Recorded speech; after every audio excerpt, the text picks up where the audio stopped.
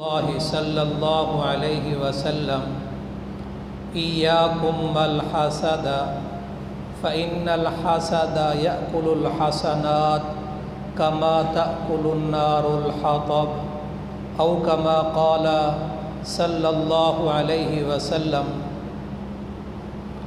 اللہ کے رسول صلی اللہ علیہ وسلم نے فرمایا، حسد سے بچو، حسد نیکیوں کو اس طرح کھا جاتا ہے جس طرح آگ لکڑی کو کھا جاتی ہے۔ اس سے معلوم ہوا کہ حسد کی وجہ سے اس کی نیکیاں کم ہوتی رہتی ہیں، بلکہ بس اوقات تو لکڑیوں کو آگ لگ جائے، بجھائی نہ جائے تو وہ ساری لکڑیاں جل جاتی ہیں۔ ساری لکڑیاں اگر حسد کو ختم نہ کیا گیا تو ساری نیکیاں ختم ہو گئی۔ اس سے بھی ایک اگلی بات ہے، اگر وہاں تک پہنچا تو وہ بھی عرض کروں گا۔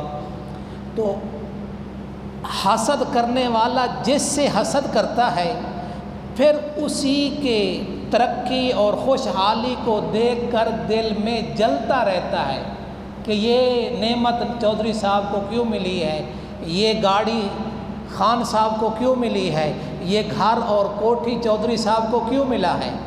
وہ اس میں جلتا رہتا ہے، حسد کی وجہ سے جلتا رہتا ہے، اور پھر جب جلتا رہتا ہے تو آگے ترقی کرتے کرتے اس حسد میں بھی ترقی کرتا رہتا ہے، ترقی کرتے کرتے پھر اس کے خلاف منصوبے بناتا رہتا ہے۔ کئی ساتھی پوچھتے رہتے ہیں جی نماز میں بھی میں منصوبے بناتا رہتا ہوں، مخالفت کے، نقصان کے، وغیرہ وغیرہ، آگے میں نہیں بات کرتا۔ تو اس میں منصوبے بناتا رہتا ہوں، پھر جس حالت میں بھی ہوتا ہے وہ منصوبے بناتا رہتا ہے، پھر اس کی غیبت میں لگ جاتا ہے، جس سے اپنے آپ کو بربادی اور ہلاکت میں ڈال دیتا ہے۔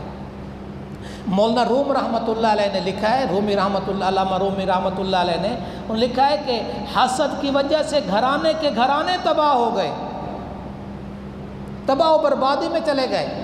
قرآن مجید میں ایک مشہور قصہ ہے، واقعہ آپ کو یاد ہوگا، یوسف علیہ السلام کا، یوسف علیہ السلام اور اس کے بھائیوں کا جو واقعہ آتا ہے۔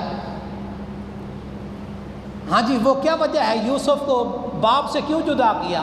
حسد کی وجہ سے تھا نا، حسد پیدا ہو گیا تھا۔ تو حسد سے بچنا ہے۔ اور حسد کیوں ہوتا ہے، یہ اگلی بات ہے، بڑی ضروری بات ہے۔ حسد پیدا جب ہوتا ہے تو کس وجہ سے، اس کو یہ نعمت کیوں ملی ہے، یہ نعمت کیوں ملی ہے، یہ مال کیوں ملا، یہ عزت کیوں ملی ہے، اس کو کیوں ملا؟ تو عزت دینے والا، مال دولت، کوٹھیاں بنگلے، گاڑیاں کاریں دینے والا کون؟ اللہ۔ تو اب یہ حسد کرنے والا اللہ تعالیٰ کی ذات پر اعتراض کر رہا ہے کہ اللہ تعالیٰ نے اس کو کیوں دیا۔ اتنا بڑا گناہ ہے حسد کا۔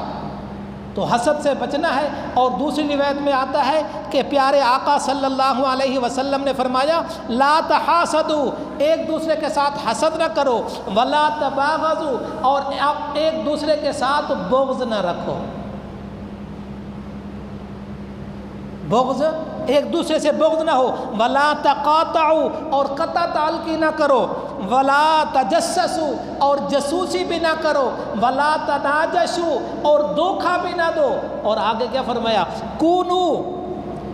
وکونوا عباد اللہ اخوانا، اور ہو جاؤ ارے اللہ کے بندو، آپس میں بھائی بھائی بن جاؤ، ایک دوسرے کے بھائی بن جاؤ۔ انما المؤمنون اخوہ، انما المؤمن، مسلمان آپس میں، مومن آپس میں بھائی بھائی ہیں۔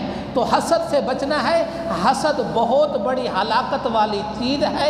اللہ تبارک و تعالی آپ سب کو تمام دینی خوبیاں اور صفات نصیب فرمائے، اور اللہ تعالی آپ کو اور آپ کے بیماروں کو